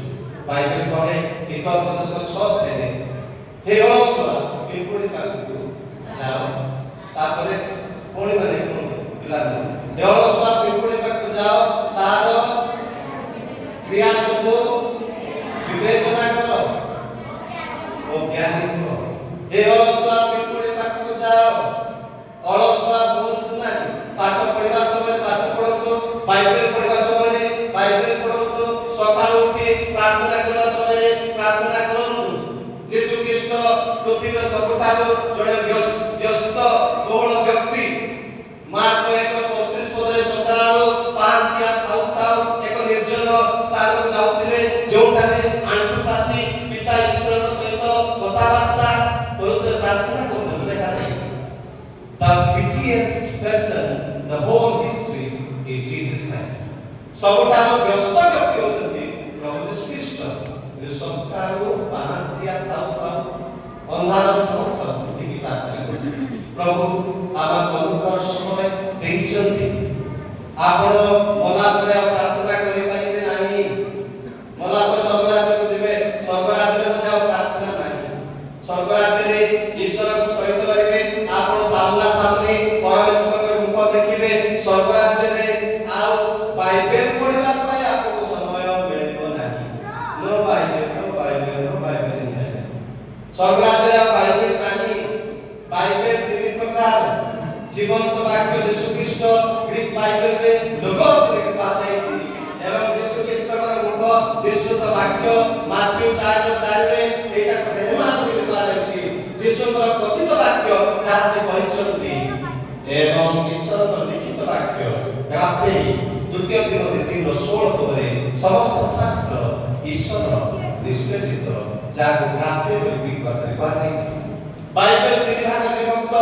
ଜୀବନ୍ତ ବାକ୍ୟ, କଥିତ ବାକ୍ୟ ଏବଂ ଲିଖିତ ବାକ୍ୟ। ଆପଣ ଆଉ ବାଇବେଲ ପଢିବା ପାଇଁ ସମୟ ମିଳିବ ନାହିଁ, ସୁଯୋଗ ମିଳିବ ନାହିଁ। So now you have to read the Bible. Now you have to study the Bible. ବର୍ତ୍ତମାନ ବାଇବେଲ ପଢନ୍ତୁ। ସ୍ୱର୍ଗକୁ ଗଲା ପରେ ବାଇବେଲ, ଜୀବନ୍ତ ବାଇବେଲ ଆପଣଙ୍କ ସମ୍ମୁଖରେ ଥିବେ। ଆପଣଙ୍କ ସମ୍ମୁଖରେ ଜୀବନ୍ତ ବାଇବେଲ ଥିବେ। ଯୀଶୁ ଖ୍ରୀଷ୍ଟଙ୍କ ମୁଖ ସାମ୍ନା ସାମ୍ନି ଦେଖିବେ ବୋଲି ପ୍ରକାଶିତ ପୁସ୍ତକରେ କୁହାଯାଇଛି। ତେଣୁ ଆଉ ଲିଖିତ ବାଇବେଲର ସ୍ୱର୍ଗରାଜ୍ୟରେ ଆବଶ୍ୟକ ନାହିଁ। Now is the time to meditate and study the word of God. ଏ ବ୍ୟବସ୍ଥା ପୁସ୍ତକ ତୁମ ମୁଖରୁ ବିଚଳିତ ନହେଉ। ଜିଓ 8 ଲେଖାଯାଇଛି, ବିଚଳିତ ନ ହେଉ, ତାହା କଲେ ତୁମେ କ'ଣ ହେବ? ବାଇବେଲରେ ସଫଳ ଶବ୍ଦ ବେଶୀ ଜାଗାରେ କୁହାଯାଏ, ପ୍ରାୟ ଗୋଟିଏ ଥର ବ୍ୟବହାର କରାଯାଇଛି। ଏ ବ୍ୟବସ୍ଥା ପୁସ୍ତକ ଦିବାରାତ୍ର ତୁମେ ଧ୍ୟାନ କଲେ ସଫଳ ହେବ। ଯଦି ଭାଇ ଭଉଣୀମାନେ, ଛୋଟ ଛୋଟ ପିଲାମାନେ ଆପଣଙ୍କ ପାଠ ପଢ଼ାରେ, ଆପଣଙ୍କ ଭବିଷ୍ୟତରେ ଆପଣ ବତିଷ୍ଠ ହେବା ପାଇଁ ଚାହୁଁଛନ୍ତି, ଆପଣ ପରିପକ୍ୱ ଲୋକ ହେବା ପାଇଁ ଚାହୁଁଛନ୍ତି, ସବଳ ହେବା ପାଇଁ ଚାହୁଁଛନ୍ତି, ବାଇବେଲ ଆପଣ ସମ୍ମୁଖରେ ଥାଉ। ମୋବାଇଲ ଟିକେ ଦୂରକୁ ଫିକି ଦିଅନ୍ତୁ। ବାଇବେଲକୁ ସମ୍ମୁଖରେ ରଖନ୍ତୁ। ଈଶ୍ୱରଙ୍କ ବାକ୍ୟ ଆପଣଙ୍କ ସମ୍ମୁଖରେ ରହୁ। ଈଶ୍ୱରଙ୍କ ବାକ୍ୟ ରୂପକ ଦର୍ପଣକୁ ସବୁବେଳେ ଦେଖି ଜୀବନଯାପନ କାଟନ୍ତୁ। ସେତେବେଳେ ଆପଣ ସଫଳ ହେବେ। ପିଲାମାନେ ସଫଳ ହେବେ। ଆପଣମାନେ ପିତାମାତାଙ୍କର ମୁକୁଟ ସ୍ୱରୂପ ହେଇପାରିବେ।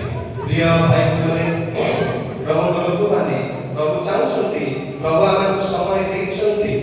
এই সময় এক নির্ধারিত সময় ମୁଁ କହିବା ପାଇଁ ଚାହୁଁଛି 25,550 ଦିନ ଜଣେ ମନୁଷ୍ୟକୁ ସମୟ ଦିଆଯାଇଛି। ମୁଁ 70 ବର୍ଷକୁ ହିସାବ କରୁଥିଲି ମୋବାଇଲରେ 25,550 days। ଏଠି ଅନେକ ଆମର ଲାଖପତି ବେପାରୀମାନେ ଅଛନ୍ତି, ମୁଁ ଦେଖିଛି ବଡ଼ ବଡ଼ ବିଜନେସମ୍ୟାନ୍ ଲକ୍ଷେ ଟଙ୍କା ମଧ୍ୟ ଆମକୁ ସମ୍ମୁଖରେ କିଛି ବର୍ତ୍ତମାନ ନାହିଁ। ବେଳେବେଳେ ये तो आपको दिन केते आमा तो दिन केते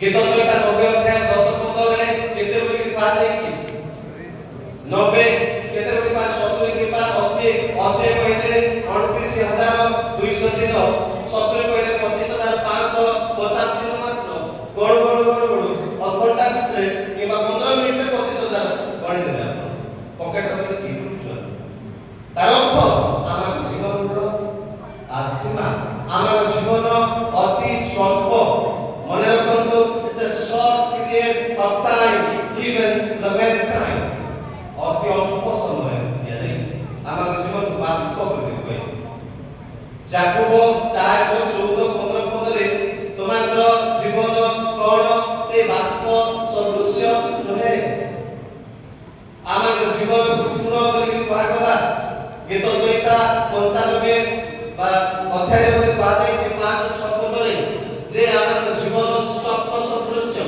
अल्प समय निमंते प्रभु जगत मध्य रखिसंते तेनु समय तात्पर्य को आमे जानिबा पड़े 12 पद बढ़िया कथा कहा जाय छी जे ज्ञान विशिष्ट आत्मा आमे पाइबा दरकार आपना आपना दिन गणना करबा पाई जे प्रकारे ज्ञान विशिष्ट आत्मा पाऊ ए कथा आमाको मूसा लेखक जेते कहउछंती गणुछते तो बाइबल में प्रभु हमको समय दिसंती एटा परमेश्वर दत्त समय हिसाब करंतु पैसा गणवा पाई आमे माहिर संगे संगे जेकोनो के की कोन को दउछु ना लखे टंका गोटे 2 मिनिट रे गणि पकउछु गणन दिन आपको दिन केते मोर दिन केते गणन वर्तमान मोर 45-46 वर्ष अधा हे गला भाई कोने आ अधा बाकी अछि काउंट योर डेज एटा दुख बाकी करिया मानकु जो परमेश्वर आमानकु एक निरूपित समय परमेश्वर दत्त समय दैछथि तेनु से दिन को गणना करबा पाई प्रार्थना प्रभु मोर दिन करबा पाई मते सहायता कर भाई बहन तुम लोक माने आमे गणना दरकार आमांतर गाड़ी गुडा कोन आमे बड़बार कोनछु टंका पैसा कोनछु आमे सब विषय रे सतर्क रहछु गणिबा रे आमे हारिबा नाही किंतु अपना अपना दिन गणना करो बोली कहा जाय छी सेटा कोन सिखो सेटा मत प्रभु ईश्वर दत्त समय आमानको दिया जाय छी प्रिय भाई बहन माने आमानको आदर्श आमानको प्राणकर्ता प्रभु यीशु ख्रीष्ट दिन गणुते जोन 14 अध्याय यदि आपण देखिबे 2 पद रे he was counting his days यीशु ख्रीष्ट आपना दिन गणना करथिले शिष्य मान कहले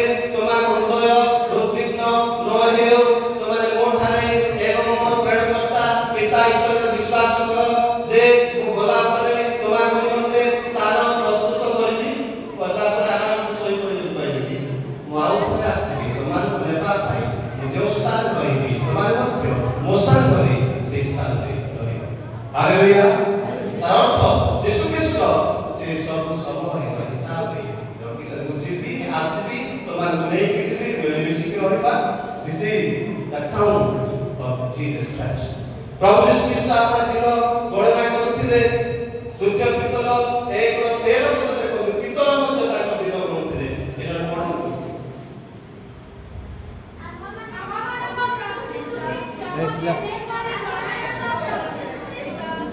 जने पुणी चला विष्णु करते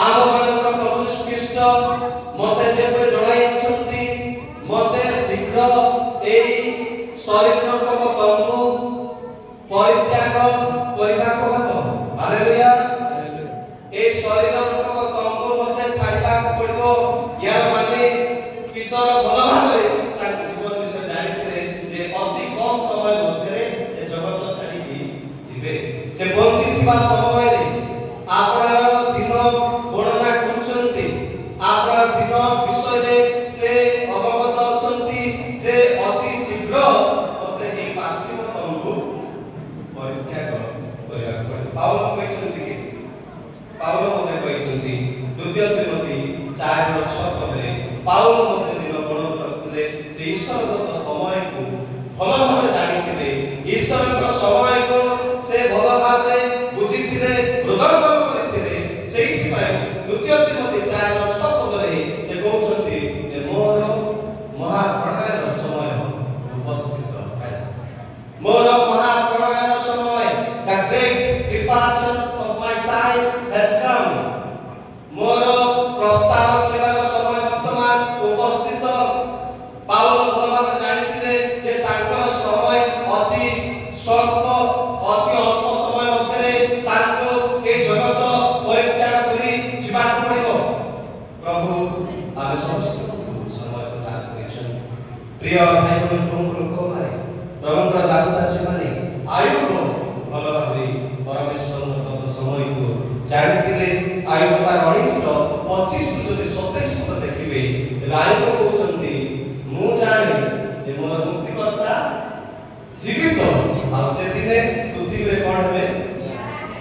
ହାଲେଲୁୟା, ହାଲେଲୁୟା। ମୁଁ ଜାଣେ ମୋର ମୁକ୍ତିକର୍ତ୍ତା ଜୀବିତ, ଦିନେ ଏ ପୃଥିବୀରେ ଠିଆ ହେବେ, ମୁଁ ତାଙ୍କ ସହିତ ରହିବି। ଆୟୁବ ଏକ ପୁରୁଣା ପୁସ୍ତକ ବାଇବେଲର one of the oldest book, historical books in the Old Testament। କୁହାଯାଏ ଆୟୁବ ପ୍ରଥମ ପୁସ୍ତକ ବୋଲି ମଧ୍ୟ ଅନେକ ବାଇବେଲ ପଣ୍ଡିତମାନେ ପ୍ରକାଶ କରୁଛନ୍ତି। ସେ କହୁଛନ୍ତି ମୁଁ ଜାଣିଛି ମୋର ମୁକ୍ତିକର୍ତ୍ତା ଜୀବିତ, ସେଦିନ ପୃଥିବୀରେ ଠିଆ ହେବେ। ସମସ୍ତ ଘଟଣା ଘଟିଲା ପରେ ସେ କହୁଛନ୍ତି, ସମସ୍ତ ବିଷୟ ତାଙ୍କ ଜୀବନରେ ଘଟିଲା ପରେ କହୁଛନ୍ତି, ସନ୍ତାନ ସନ୍ତତି ପରମେଶ୍ୱର ଦେଇଥିଲେ, ନେଇଗଲେ, ସ୍ତ୍ରୀ ତାଙ୍କୁ ଧୋକା ଦେଲେ, ବନ୍ଧୁମାନେ ତାଙ୍କୁ ପରିତ୍ୟାଗ କରୁଛନ୍ତି, ଚର୍ମ ରୋଗରେ ପୀଡ଼ିତ ଅଛନ୍ତି, ଶୋକାକୁଳ ଅବସ୍ଥାରେ ରହିଛନ୍ତି। ଦିନଦାସଙ୍କ ମୁଖରେ ପରମେଶ୍ୱରଙ୍କୁ ଗୋଟେ ଅଭିଶାପ ଦେଲା ପରି କଥା ବାହାରିଲା କଥା, କେମିତିକା ପ୍ରଭୁକୁ ମୁଁ ବିଶ୍ୱାସ କରିଛି, ଏତେ ଦୁଃଖ କଷ୍ଟ ଦେଇକି ଯାଉଛି, କଣ ସେ ପରମେଶ୍ୱର ଜୀବିତ ନୁହନ୍ତି? କୁଆଡ଼େ ଗଲେ ସେ ପ୍ରଭୁ? ମୋ ସାଙ୍ଗରେ କଣ ସେ ନାହାନ୍ତି? ସେ କୌଣସି ପ୍ରକାରରେ ପାପ କଲେ ନାହିଁ ବୋଲି ବାଇବେଲରେ ଲେଖାଯାଇଛି। ସେ ଗୋଟେ କଥା କହୁଛନ୍ତି, ସେ ଜାଣିଥିଲେ ଯେ ତାଙ୍କର ମୁକ୍ତିକର୍ତ୍ତା ତ୍ରାଣକର୍ତ୍ତା ପ୍ରଭୁ ଯୀଶୁ ଖ୍ରୀଷ୍ଟ ଦିନେ ପୃଥିବୀ ଉପରେ ଠିଆ ହେବେ। Hallelujah, hallelujah. ପ୍ରିୟ ଭାଇ ଭଉଣୀ, ପ୍ରଭୁଙ୍କ ଲୋକମାନେ, ଆମେ ସମୟ, ଯେଉଁ ସମୟ ପରମେଶ୍ୱର ଆମକୁ ଦେଇଛନ୍ତି, ସୁଯୋଗର ସଦ୍ବ୍ୟବହାର କରିବା, କାରଣ ସମୟ ଠିକ ନୁହଁ, ସମୟ ବର୍ତ୍ତମାନ ବନ୍ଦ ଅଟେ। ତେଣୁ ଭାଇ ଭଉଣୀମାନଙ୍କୁ, ଛୋଟ ଛୋଟ ପିଲାମାନଙ୍କୁ, ପାଠ ପଢୁଥିବା ଭାଇ ଭଉଣୀମାନଙ୍କୁ, ସଣ୍ଡେ ସ୍କୁଲର ପିଲାମାନଙ୍କୁ, ଭାଇ ଭଉଣୀମାନଙ୍କୁ, ଯୁବକ ଯୁବତୀମାନଙ୍କୁ ମୁଁ ଅନୁରୋଧ କରୁଛି, ପରମେଶ୍ୱର ଆପଣଙ୍କୁ ଏକ ନିରୂପିତ ସମୟ ମଧ୍ୟରେ ରଖିଛନ୍ତି। ସେ ସମୟର ତାତ୍ପର୍ଯ୍ୟ ବୁଝି ପରମେଶ୍ୱରକୁ ଗୌରବ ଦେଇ ଆପଣଙ୍କୁ ଯେଉଁ କାର୍ଯ୍ୟ ପାଇଁ ପରମେଶ୍ୱର ଆହ୍ୱାନ କରିଛନ୍ତି, ସେଇ ସୁଯୋଗର ସଦ୍ବ୍ୟବହାର କରି ଜୀବନଯାପନ କାଟନ୍ତୁ। ସେତେବେଳେ ଆପଣ ପିତାମାତାଙ୍କର ମୁକୁଟ ସ୍ୱରୂପ ହୋଇପାରିବେ। ପ୍ରଭୁ ସମସ୍ତଙ୍କୁ এই বাক্য দ্বারা আশীর্বাদ করন্তু। ଆଉ ଥରେ ସେ ହିତୋପଦେଶ 17ର 6 ପଦ ପଢ଼ନ୍ତୁ, ଆମେ ସମାପ୍ତ କରିବା। ସନ୍ତାନମାନଙ୍କର ସନ୍ତାନମାନେ, ବୃଦ୍ଧ ଲୋକମାନଙ୍କର ମୁକୁଟ, ପୁଣି ସନ୍ତାନମାନଙ୍କର ଗୌରବ, ସେମାନଙ୍କର ପିତୃଗଣ। ଆମେ ସ୍ୱର୍ଗସ୍ଥ ପିତାଙ୍କର ଏବଂ ଜାଗତିକ ପିତାମାତାଙ୍କର ମୁକୁଟ ସ୍ୱରୂପ ହେବା ପାଇଁ ହେଲେ ଆମକୁ ଏ ସମସ୍ତ ବିଷୟ କରିବା ଦରକାର। ଆଲୋକନାଚନ କରିବା, ବାଇବେଲ ଦ୍ୱାରା ଜୀବନଯାପନ କାଟିବା, ପବିତ୍ର ଆତ୍ମାଙ୍କ ଦ୍ୱାରା ନିୟନ୍ତ୍ରିତ ହେବା, ସୁଯୋଗର ସଦ୍ବ୍ୟବହାର କରିବା। ପ୍ରଭୁ ଆମକୁ ଯେ ଅନୁଗ୍ରହର ସମୟ ମଧ୍ୟରେ ରଖିଛନ୍ତି, ଗଡ୍ସ ଟାଇମ୍, କାଇରସ୍ ଟାଇମ୍, ଏ ସମୟକୁ ବୁଝି ଆମେ ପରମେଶ୍ୱରଙ୍କ ଲୋକ ଭଳି ଆଚରଣ କରିବା ଦ୍ୱାରା, ବୁଦ୍ଧିର ସହିତ ଜୀବନଯାପନ କାଟିବା ଦ୍ୱାରା ଆମେ ପିତାମାତାଙ୍କର ମୁକୁଟ ଗୌରବର କାରଣ ହେଇପାରିବା। ପ୍ରଭୁ ସମସ୍ତଙ୍କୁ এই আলোচনা মাধ্যমে আশীর্বাদ করন্তু। মু বালকଙ୍କୁ, দিগলମାନଙ୍କୁ, সন্ডে স্কুল সমিতিର প্রভুଙ୍କ দাস ଦାସୀମାନଙ୍କୁ, ମହିଳା ସମିତିକୁ, ଝାଲସି ମଣ୍ଡଳୀର ପ୍ରତ୍ୟେକ ଭାଇ ଭଉଣୀମାନଙ୍କୁ ମୋର ହୃଦୟର କୃତଜ୍ଞତା ଜ୍ଞାପନ କରି ଧନ୍ୟବାଦ ଜଣାଉଛି। ଧନ୍ୟବାଦ।